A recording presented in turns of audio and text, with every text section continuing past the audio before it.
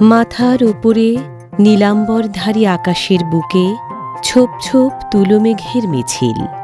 নিচে গাঢ় বাদামি জলধারা বয়ে চলেছে কোন সুদূর অজানা থেকে অনন্ত এক অজানার পানে। প্রবাহমান এই ধারা আড়িয়াল খাঁ নদ।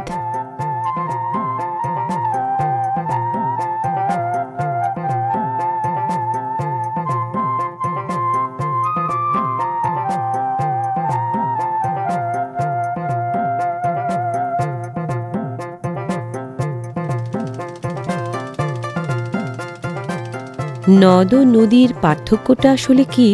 অনেকের মনেই সে প্রশ্ন জাগে। ব্যাখ্যাটা সহজ। যে জলধারা তার চলার পথে জন্ম দিয়েছে শাখা প্রশাখার, তাকে আমরা বলি নদী। আর যে জলরাশি তার চলার পথে জন্ম দেয়নি কোনো শাখা প্রশাখার, সে হচ্ছে নদ। বাংলাদেশে নদের সংখ্যা মোট 4টি: ব্রহ্মপুত্র, কপোতাক্ষ, কুমার এবং এই আড়িয়াল খাঁ।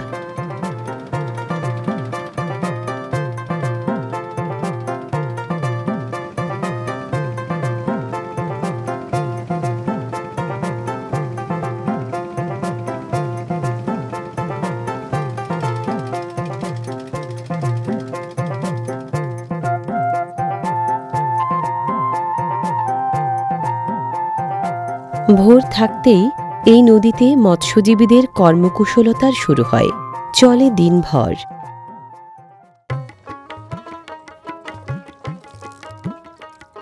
যাকে ঘিরে কর্মচঞ্চলতা, সেই আড়িয়াল খাঁ নদ যেন আজলা ভোরে নিজেকে উজাড় করে চলেছে প্রতিক্ষণে।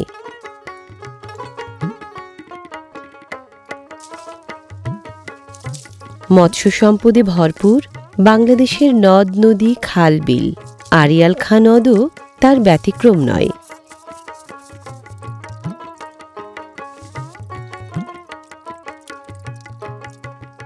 প্রতিনিয়তই নদ অবিরল ধারা স্নেহসুধার মতো মাছেদের বিলিয়ে আসছে নিঃসংকোচ উদারতায়।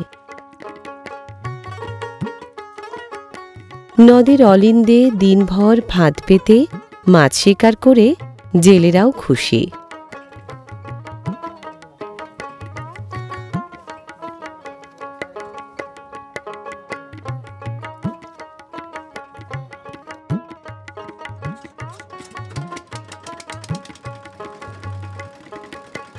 রাজবাড়ির গোয়ালন্দ থেকে প্রায় 51 কিলোমিটার দূরে পদ্মা নদী থেকে জন্ম নিয়ে এই নদ ফরিদপুর, মাদারীপুর হয়ে বরিশালের মধ্য দিয়ে প্রবাহিত হয়েছে। চলতি পথে প্রায় 155 কিলোমিটার জলচিহ্ন রেখে যাওয়া এই নদের প্রাচীন নাম ছিল ভুবনেশ্বর। এটি পদ্মার অন্যতম প্রধান শাখা।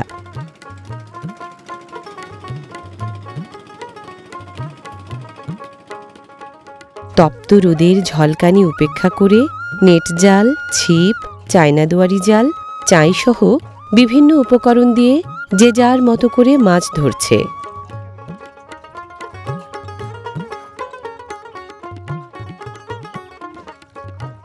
পরিশ্রমী মানুষগুলোর ঘামে ভেজা চকচকে দেহবল্লরী রৌদ্রস্মিতে ঝেঁকিয়ে উঠছে যেন খোপ খোলা ইস্পাতের তলোয়ার।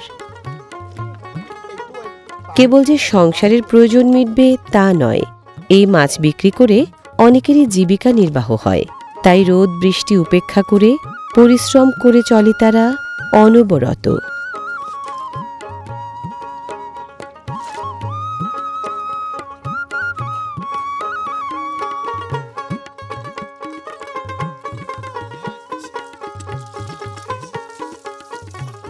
এই নদে চিংড়ি, শিং, গুচি, বেলে, ট্যাংরা, পুঁটি সহ ছোট প্রজাতির মাছ যেমন পাওয়া যায়, তেমনি রুই, কাতল, চিতল সহ বড় জাতের বিভিন্ন প্রজাতির মাছও মেলে।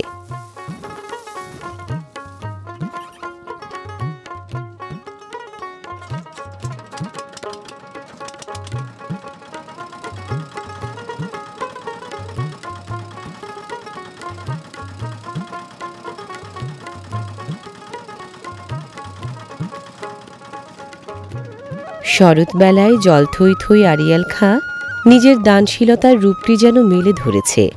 জোয়ার ভাটায় প্রভাবিত নদীর নাব্যতা প্রায় সারা বছরই থাকে। তবে এই প্রশান্ত চেহারার আড়ালে নদীটির রয়েছে ভয়াবহ ভাঙন প্রবণতা।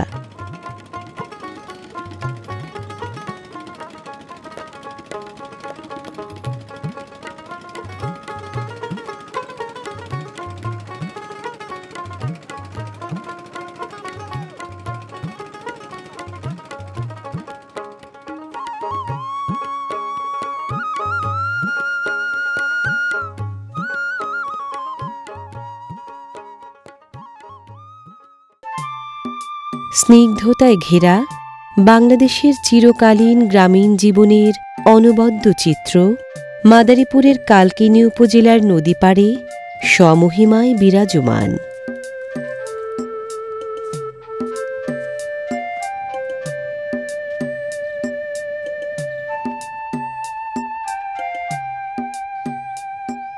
নদীবিধৌত উর্বর কৃষিভূমি।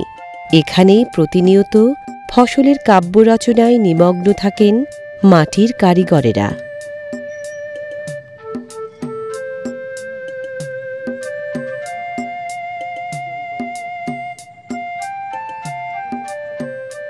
স্নেহ মমতায় ফলানো প্রতিটি ফসলের মধ্যে লাল শাকের খাতিরদারি যেন খানিকটা অন্যরকম।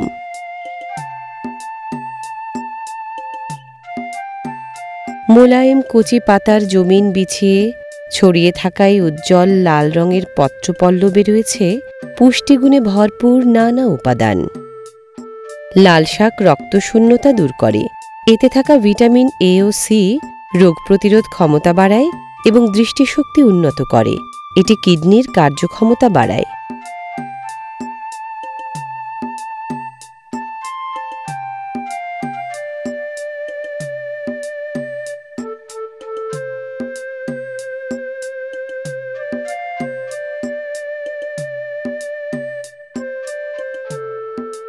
অতিরিক্ত বৃষ্টির জলের প্রকোপ থেকে বাঁচাতে পলিথিনের ঘেরাটোপে বন্দি করে রাখা হয়েছে বেগুনের কচি চারাগুলোকে। হালকা বেলে থেকে ভারী এঁটেল মাটি সহ প্রায় সব ধরনের মাটিতেই বেগুন চাষ করা যায়। তবে এঁটেল দোআঁশ ও পলি দোআঁশ মাটি বেগুন চাষের জন্য বেশি উপযোগী। জনপ্রিয় এই সবজি চাষ বছর জুড়েই হয়।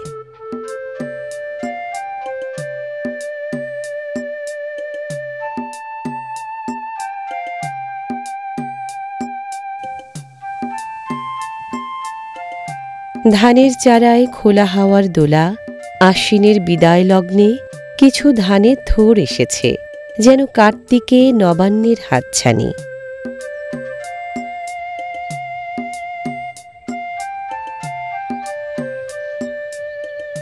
হাতের টানেই ক্ষেতের নরম মাটির মায়া ছেড়ে উঠে আসে। হাটে ওঠার আগে ধুম গোসলের পালাটিও সেরে নেয় লাল শাকের আঁটি দল।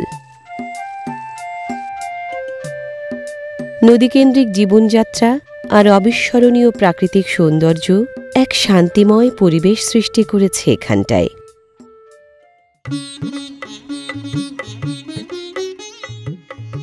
নদীর ঘাট হল গ্রামীণ সমাজ জীবনের এক অপরিহার্য অংশ।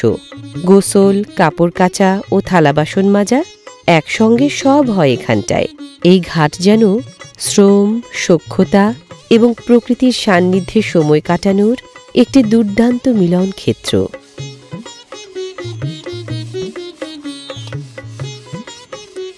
নদীর ঠান্ডা জলে ঝাঁপিয়ে দাপিয়ে ডুব গোসলের মজাটাই অন্যরকম। যেন শরীর ও মন জুড়ে এক অনন্য স্নিগ্ধতা বিরাজ করে।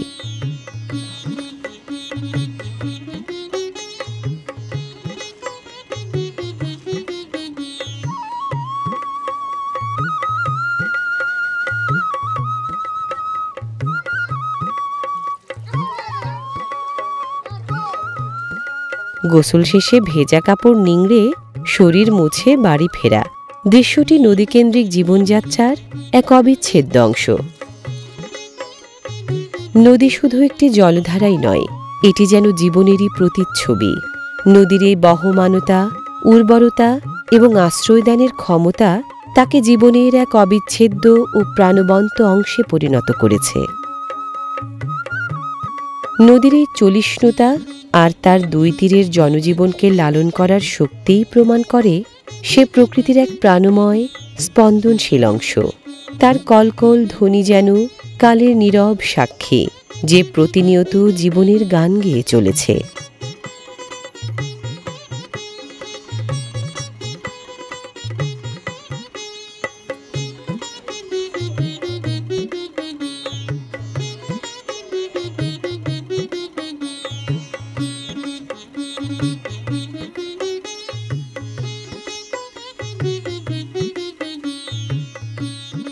নিয়মিত হাঁটার কোনো বিকল্প নেই। প্রকৃতিগতভাবেই প্রাকৃতিকভাবেই গ্রামের মানুষ একটু বেশি হাঁটেন। হাঁটলে হৃৎপিণ্ড সুস্থ থাকে, হৃদরোগ এবং স্ট্রোকের ঝুঁকি কমে। এটি রক্ত সঞ্চালন স্বাভাবিক রাখে এবং রক্তচাপ নিয়ন্ত্রণ করে।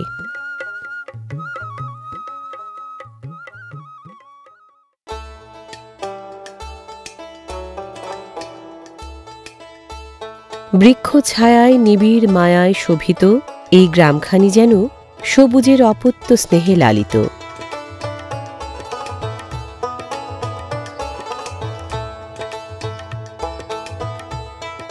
কাঠ ও টিনের তৈরি অসাধারণ শিল্পমণ্ডিত এসব বাড়িঘর মাদারীপুরের কালকিনি উপজেলার বাঁশগাড়ি ইউনিয়নের কানুরগাঁও গ্রামটিকে যেন সাজিয়ে তুলেছে অপরূপ এক চিত্রপটে। এর সৌন্দর্য যে কারো মন কেড়ে নেবে এক ঝটকায়।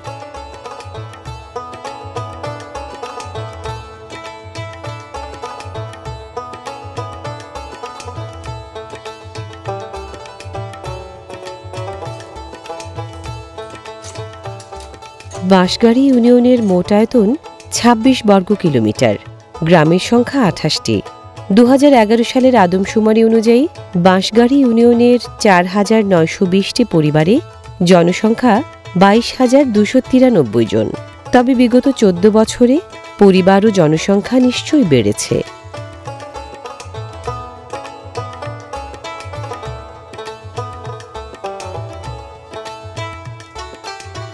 কালকিনির জনগোষ্ঠীর আয়ের প্রধান উৎস কৃষি।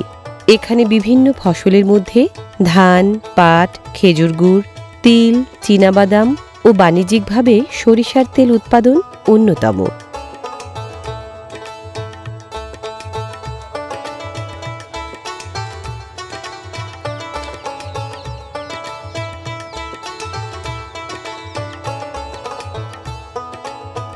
ঐতিহ্য বজায় রেখে এই এলাকার বাড়িঘরের চালের সামনের অংশে টিনের ঝালরে বিভিন্ন ধরনের নকশা করা হয়।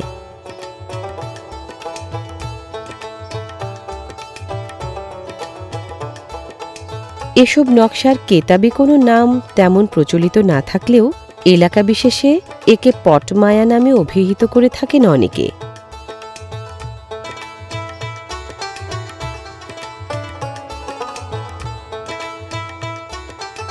বেলা অবেলার খুনসুটি আর আলসেমি পোষ্যদেরও ভর করে।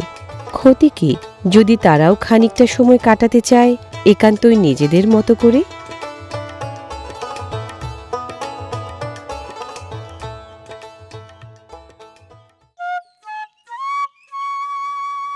আপাত নির্মোহ নিরীহ চেহারার আড়ালে আরিয়াল খাঁর রয়েছে দারুণ হিংসুটে ভয়ঙ্কর আরেকটি চেহারা। খেয়াল খুশি মতো পাড় ভাঙার হিংস্র খেলায় মেতে ওঠে সে, হয়ে ওঠে এক প্রলম্বিত দীর্ঘশ্বাস। ৪ জন মানুষের কাঁধে চড়ে দুলে দুলে যে বস্তাগুলো ট্রলারে চড়ছে সেগুলো আরিয়াল খাঁর তলদেশের বালিতে ভরা। এই বালি ভরা বস্তা দিয়ে সুরক্ষিত করা হবে আরিয়াল খাঁ নদের পাড়।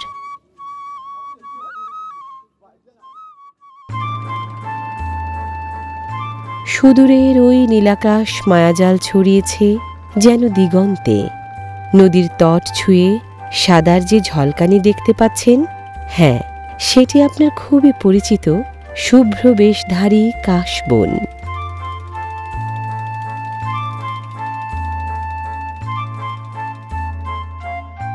তীরে ফুটে থাকা কাশফুলগুলো যেন আকাশ থেকে নেমে আসা একরাশ মেঘ, মাটির কাছাকাছি এসে যেন থমকে থেমে রয়েছে।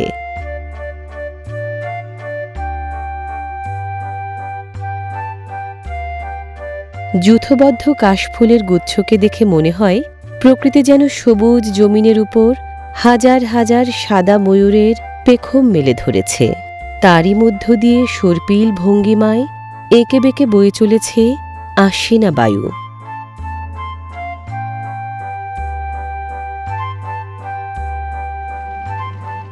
এই নদী এই জলজ জীবনের প্রবাহ দিয়েছে অনেক, তার চেয়েও ঢের নিয়েছে ভালোবাসা। একে ঘিরে বছরের পর বছর দুপারের মানুষের কর্মচঞ্চলতা, সাথে জমানো স্মৃতির পাহাড়।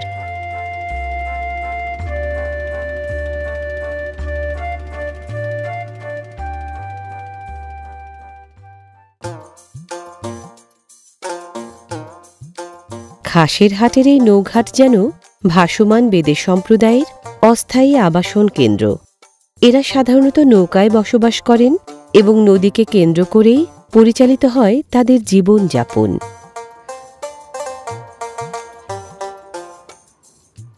জলযাযাবর এই গোষ্ঠীর জীবনযাত্রা অনিশ্চিত ও অস্থায়ী। এই সম্প্রদায়ের মানুষেরা দল বেঁধে বিভিন্ন নদীতে ঘুরে বেড়ান। তাদের জীবিকা মূলত মাছ ধরা, সাপের খেলা দেখানো, তবে অন্যান্য কিছু পেশার সাথেও তারা জড়িত থাকেন। বেদেদের জীবনের প্রায় পুরোটাই নৌকাকে ঘিরে আবর্তিত হয়। সেখানেই তাদের ঘর সংসার, সেখানে তাদের সুখ দুঃখ ও আবেগ মিশে থাকে। রান্না, খাওয়া, ঘুমসহ অন্যান্য দৈনন্দিন কাজকর্ম তারা নৌকাতেই সারেন।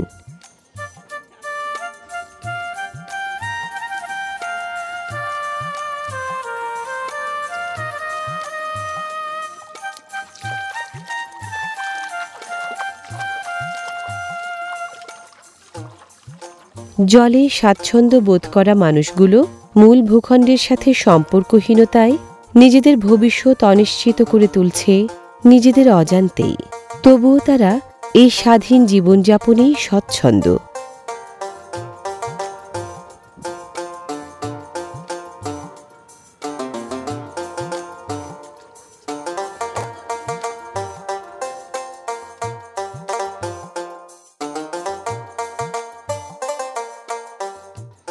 শিক্ষার আলো না থাকায় বাইরের জগৎ থেকে এরা একদমই আলাদা। বহির্বিশ্ব সম্পর্কে জানার আগ্রহ নেই এদের বেশিরভাগ সদস্যেরই। এরা কেবল দুবেলা দুমুঠো খেয়ে পড়ে বেঁচে থাকার সংগ্রামই করে চলেন নিরবধি।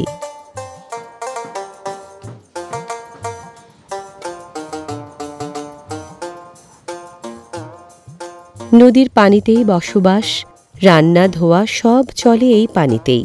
এভাবেই অভ্যস্ত তারা, এভাবেই কাটছে প্রজন্মের পর প্রজন্ম।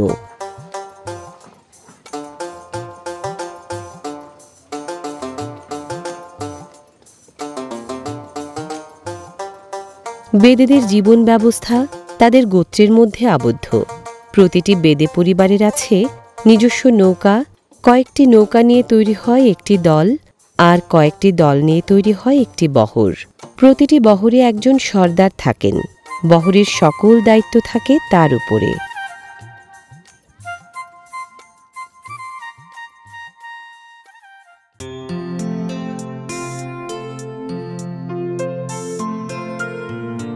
আড়িয়াল খাঁর পার ঘেঁষে অজস্র টিনের ছাউনি দেয়া এই দোকানগুলো মূলত খাসের হাট স্থায়ী বাজার।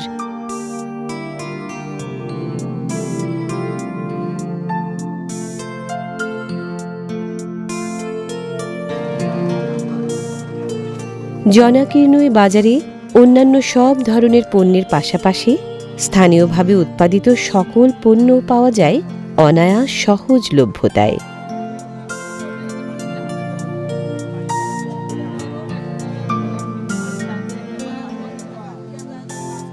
হাটের একাংশে পেঁয়াজ, রসুন, আলু, আদা, শুকনো মরিচের দোকানের সারি। ভিড়টাও এখানে খানিকটা বেশি। বাজারের এই অংশটি কাঁচা সবজির দখলে।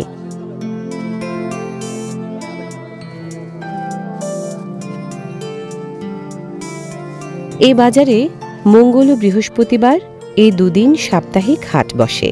হাটের দিন দূর দূরান্ত থেকে মানুষ আসেন বেচা বিক্রিতে অংশ নিতে। পেঁয়াজ রসুন সবজির পাশাপাশি এ বাজারে বিভিন্ন ধরনের ফল ফলাদিও পাওয়া যায়। আরও পাওয়া যায় স্থানীয়ভাবে খেতে ফলানো সুমিষ্ট রংবিলাস জাতের রসালো আখ। চাহিদাও মন্দ নয়।